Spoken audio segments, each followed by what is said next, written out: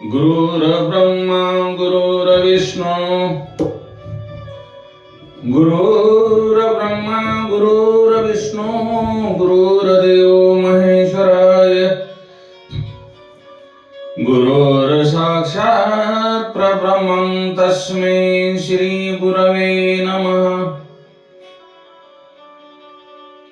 गुरुर्साक्षात् परब्रह्मं तस्मै श्री गुरवे नमः।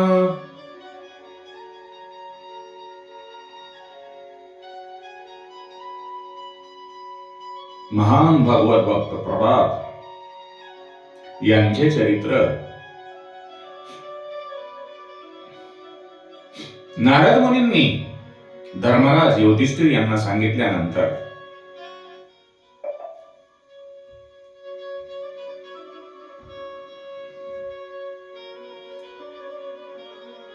नारद मुनींना धर्मराज पुन्हा विचारतो, हे मुनिवर,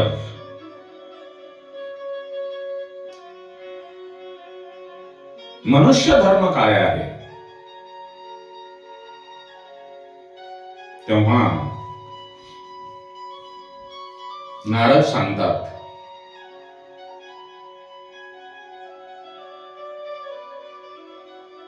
धर्म हाच खरा मनुष्याचा मित्र आहे. आणि हे युधिष्ठिर,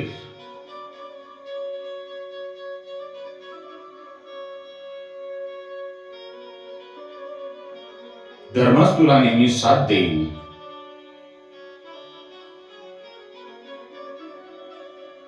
मनुष्याकडे कितीही पैसा असेल तरी काही फरक पडणार नाही.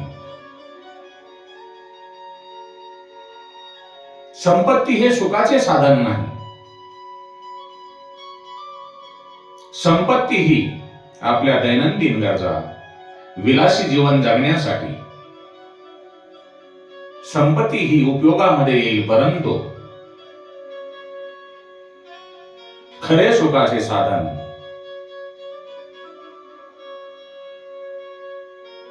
हेच धर्म आहे. या मानव सृष्टीचे संचालन करण्यासाठी भगवंतानी, परमपिता परमेश्वराने काही नियम घालून दिलेले आहेत. ते नियम म्हणजे धर्म.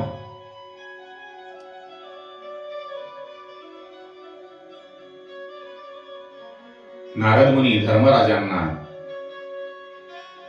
धर्म समजावून सांगत असताना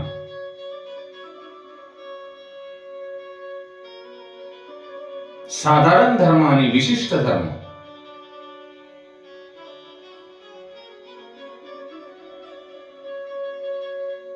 याबद्दल माहिती सांगताना सांगतात,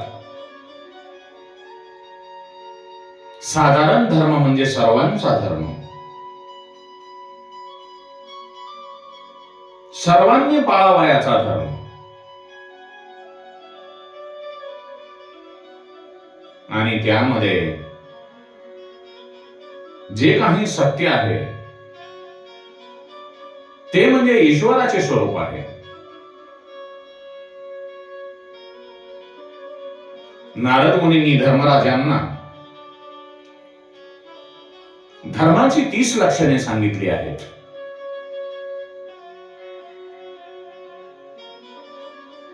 त्यातील पहिले लक्षण म्हणजे सत्य.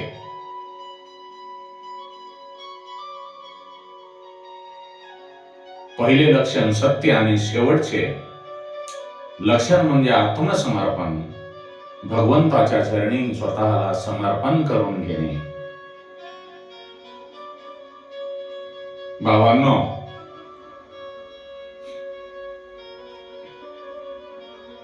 सत्य हे ईश्वराचे स्वरूप आहे.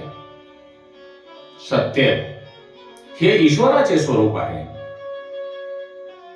तुम्ही केव्हाही खरे बोलण्याचा प्रयत्न करा, कारण ते भगवत स्वरूप आहे. खोटे बोलून कोणाची फसवणूक करू नका, कारण तुम्ही खोटे बोलत असाल तर ते भगवंताशीच खोटे बोलत आहात.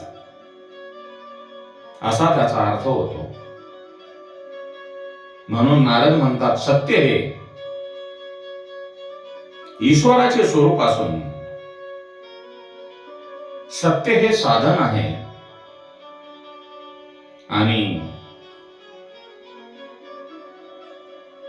सत्याद्वारा खरे वागून खोटे न वागता खऱ्याने भगवंतामध्ये परमेश्वरामध्ये लीन व्हायचे आहे.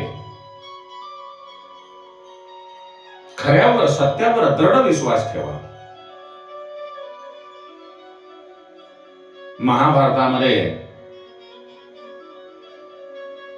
सत्याची काय व्याख्या केली आहे?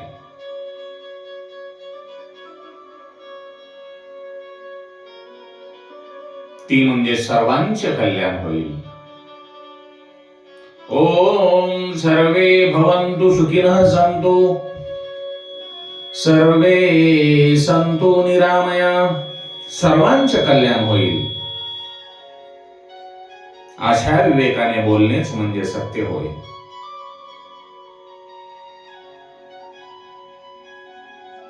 भगवान श्रीकृष्ण असत्य जरी बोलले तरी ते सत्य आहे.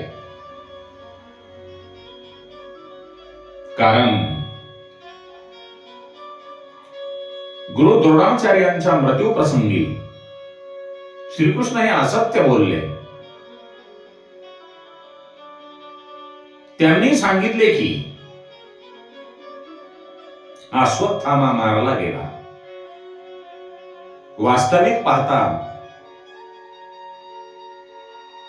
अश्वत्थामा नावाचा हत्ती मारला गेला होता. द्रोणाचार्यांनी जेव्हा युधिष्ठिरांना धर्मराजाला ही गोष्ट विचारली तेव्हा युधिष्ठिराने अश्वत्थामाला मारले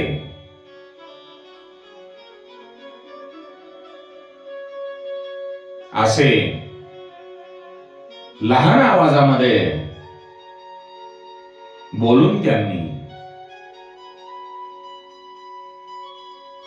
काय म्हणतो युधिष्ठिर, नरो वा या कुंजरो वा, अश्वत्थामा मेला परंतु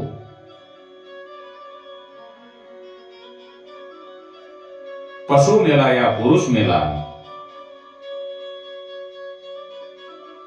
असे बोलला. हे बोलणे सुद्धा युधिष्ठिराने भगवान कृष्णांच्या सल्ल्यानेच बोलला होता. सर्वांच्या हितासाठी, सर्वांच्या कल्याणासाठी विवेकाने एखाद्या वेळेस जर कुणाचे कल्याण होत असेल आणि त्या कल्याणासाठी जर तुम्हाला खोटे बोलावे लागत असेल तर ते खोटे बोलणे सुद्धा सत्य असते. भगवान श्रीकृष्ण, धर्मराज युधिष्ठिर द्रोणाचार्यांना का खोटे बोलले यामागचे कारण म्हणजे त्यामुळे पांडव जिवंत राहणार होते आणि त्यांचे कल्याण होणार होते.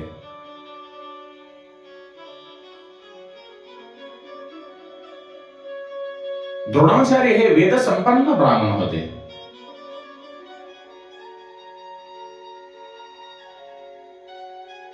त्यांना युद्ध करण्याचा अधिकार नव्हता. त्यांना फक्त धर्माच्या संरक्षणासाठी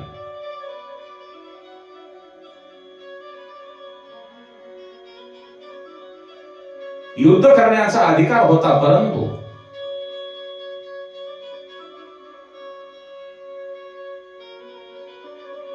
ते अधर्माच्या बाजूने युद्ध करू लागले. म्हणून त्यांच्या हातून होणारा अधर्म टाळण्यासाठी, त्यांच्या हातून होणारा अधर्म थांबवण्यासाठी श्रीकृष्ण हे आपल्या भक्तासाठी खोटे बोलले आणि युधिष्ठिरालाही बोलण्यास भाग पाडले. धर्माचं दुसरं लक्षण म्हणजे दया.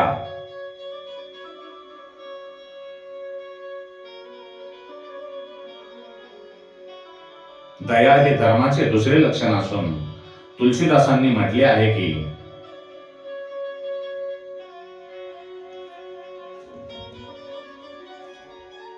आपला जो घट आहे, आपलं जे शरीर आहे, त्या शरीरामध्ये प्राण आहे तोपर्यंत दया करावी. तुमच्या शरीरामध्ये प्राण नाही आणि तुम्ही दया कशी करणार? पण ती दया करत असताना विवेकाने करावी, चांगल्या बुद्धीने करावी. धर्माचे तिसरे लक्षण म्हणजे पावित्र्य.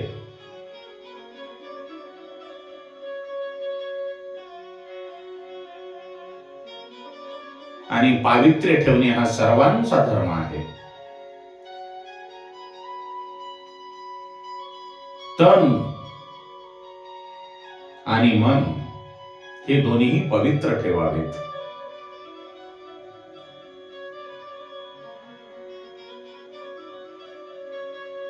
तपश्चर्या हे सुद्धा धर्मांचेच लक्षण आहे. आपली वाणी, वर्तन आणि विचार शुद्ध ठेवणे म्हणजे तपश्चर्या. तितिक्षा हाही सर्वांचाच धर्म आहे. भगवत कृपेने, भगवंताच्या आशीर्वादाने तुम्हाला सुख प्राप्त झाले तरी आनंदी, दुःख प्राप्त झाले तरी आनंदी, दोन्ही गोष्टी सहन करणे, शत्रूबद्दल सद्भाव ठेवणे आणि कसल्याही प्रकारचे दुःख आपल्या नशिबी आलेले असताना धीर न सोडता भगवंताचे नाम संकीर्तन करणे म्हणजे तितिक्षा.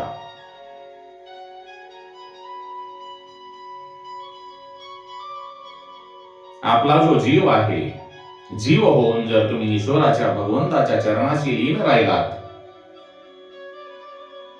आणि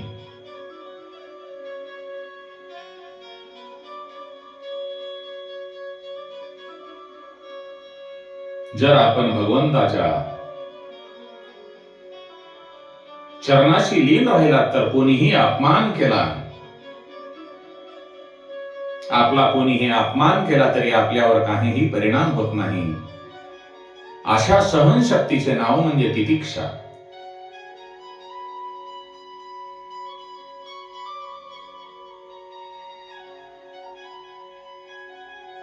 धर्माचं जे 6वं लक्षण नारद मुनींनी धर्मराजांना सांगितलं आहे ती म्हणजे अहिंसा.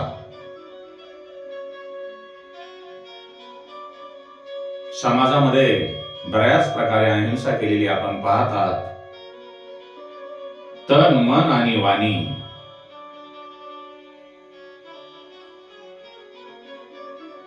यांनी कोणालाही दुखावणे म्हणजे अहिंसा.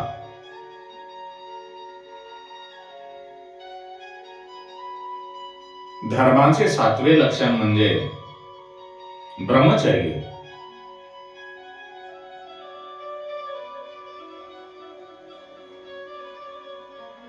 आपल्या शरीराने जरी आपण धर्मचर्य पाळले तरीही डोळ्यांनी आणि मनाने ब्रह्मचर्य पाळणे कठीण आहे. आणि आपले जे मन स्थिर करावयाचे साधन ब्रह्मचर्य हे आहे. तन आणि मन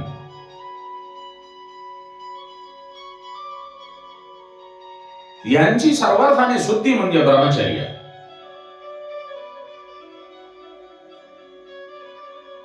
नारद म्हणतात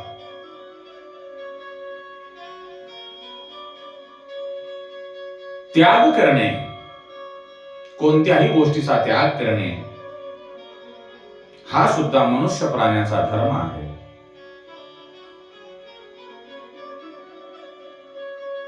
सद्ग्रंथाचे चिंतन करणे, ग्रंथाचे वाचन करणे म्हणजे स्वाध्याय, आणि स्वाध्याय हाही धर्म आहे.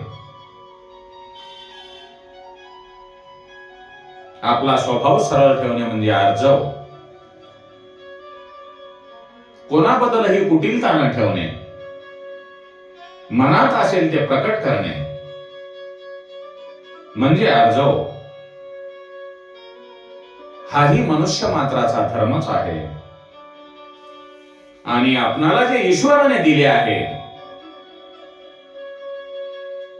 त्यात संतोषी राहणे, सर्वांमध्ये समदृष्टी ठेवणे.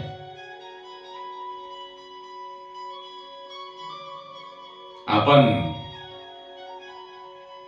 करत असलेल्या क्रियेमध्ये, वागण्यामध्ये जर विषमता असली,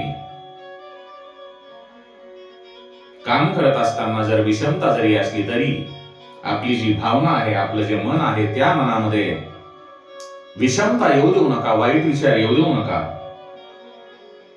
मनुष्याने कामाव्यतिरिक्त व्यर्थ काहीही न बोलणे म्हणजे मौन. मनाने न बोलणे म्हणजे मौन. आणि जर तुम्ही मौन बाळगले, मौन बाळगून भगवंताची भक्ती केली तर मनाला शांती मिळेल. मौन हा सुद्धा मनुष्याचा धर्म आहे. आपण रोज सकाळी उठल्यानंतर मी कोण आहे याचा रोज विचार करावा. मी शरीर नसून परमात्म्याचा अंश आहे. मी जन्माला येण्या अगोदर माझे कोणीही नातेवाईक नव्हते आणि मेल्यानंतरही नाहीत. ही सर्व माया आहे. या सर्व गोष्टीचे आत्मचिंतन करणे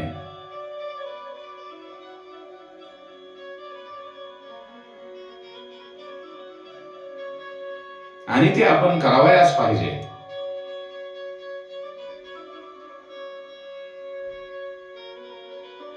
कृष्ण कीर्तन, स्मरण, सेवा, पूजा, नमस्कार आणि आत्मसमर्पण. मनुष्याने रोज मी परमात्मा आहे, मी भगवंत आहे असे रोज चिंतन केल्यामुळे परमात्मा आपल्या जवळ येतो आणि त्या परमात्म्याला आत्मसमर्पण करणे हा सर्वांचा धर्म आहे. मनुष्याचे जे काही विशिष्ट धर्म कोणते हे सुद्धा नारद मुनींनी युधिष्ठिरांना सांगितले आहेत. ब्राह्मण, क्षत्रिय, वैश्य आणि शूद्र हे चार वर्ण जे आहेत ते भगवंताच्या शरीरातून निघाले असून ते सर्व ईश्वराच्या स्वरूपातच राहिलेले आहेत. आणि हे चार वर्ण मिळून भगवंताचे, ईश्वराचे शरीर तयार होते अशी भावना ठेवली पाहिजे. या सर्वांनी आपापले धर्म पाळावेत. अध्ययन, अध्यापन, दान देणे, दान घेणे, यज्ञ करणे आणि यज्ञ करून घेणे हे ब्राह्मणांचे 6 धर्म आहेत. प्रजेचे रक्षण करणे हे क्षत्रियाचा धर्म आहे. गोरक्षा, कृषी, व्यापार करून स्वतःचा चरितार्थ चालवणे हा वैश्यांचा धर्म आहे. ब्राह्मण, क्षत्रिय आणि वैश्य यांना मदत करणे, त्यांची सेवा करणे हा शूद्रांचा धर्म आहे. यानंतर नारदांनी स्त्री धर्माचे वर्णन केलेले आहे. नारद मुनी म्हणतात, स्त्रींचे हृदय हे भावना प्रधान असावे. जर प्रत्येक स्त्रीने आपल्या पतीमध्ये ईश्वर भावना ठेवली, तर त्या स्त्रीला तात्काळ मुक्ती मिळते.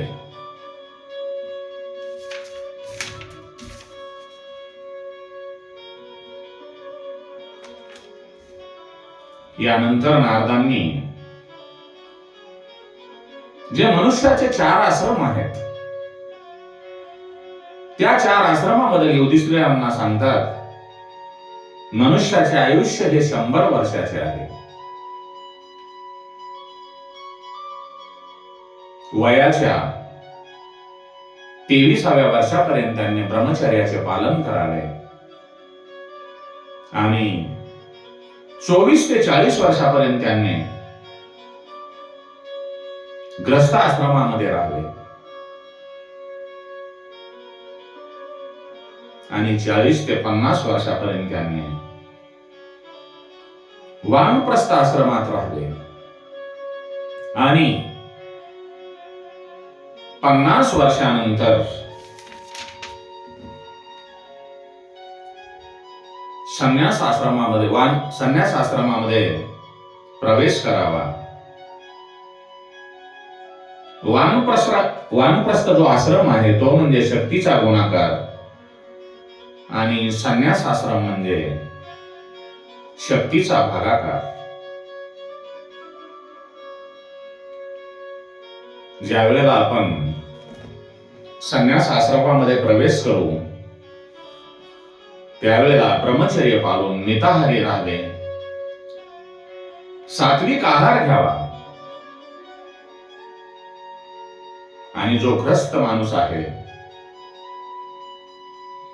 त्याने संन्यास घेण्यापूर्वी, त्याने संन्यास धर्म स्वीकारण्यापूर्वी वानप्रस्थ धर्माचे पालन करणे आवश्यक आहे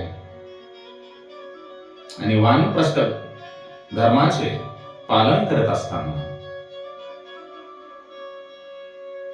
पवित्र ग्रंथांचे अध्ययन करायला पाहिजे. त्यामुळे त्याच्या अंगी दृढ वैराग्य येते, मग संन्यास घ्यावा आणि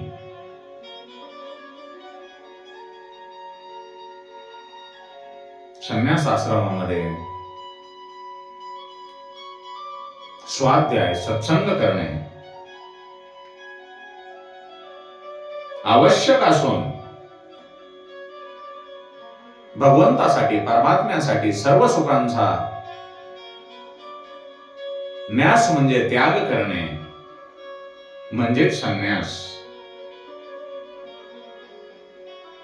ग्रस्त धर्मात असताना पती पत्नीने पवित्र जीवन व्यतीत करावे, साधू संतांची सेवा करून परमात्म्याला, भगवंताला पुत्र रूपाने मांडीवर खेळवावे. बाबांनो, स्त्री संघ हा जर सत्संग झाला तर त्या व्यक्तीचा ग्रस्त आश्रम हा दिव्य होईल. ग्रस्त आश्रमाचा महिमा अपार आहे. ग्रस्त आश्रमामध्ये असताना दान करावे, कारण त्यामुळे धनाची शुद्धी होते. ग्रस्त आश्रमातील पुरुषाने 1 महिना गंगा किनारी जाऊन राहावे, 1 महिना भगवान श्रीकृष्णासाठी काढावा आणि तीर्थामध्ये निवास केल्यानंतर घराची आठवण कधीही काढू नये. भगवंताची भक्ती करण्यासाठी स्थान शुद्धी सुद्धा महत्वाची आहे. म्हणून भगवंताची भक्ती करत असताना कधीही एकाग्र चित्ताने करावी.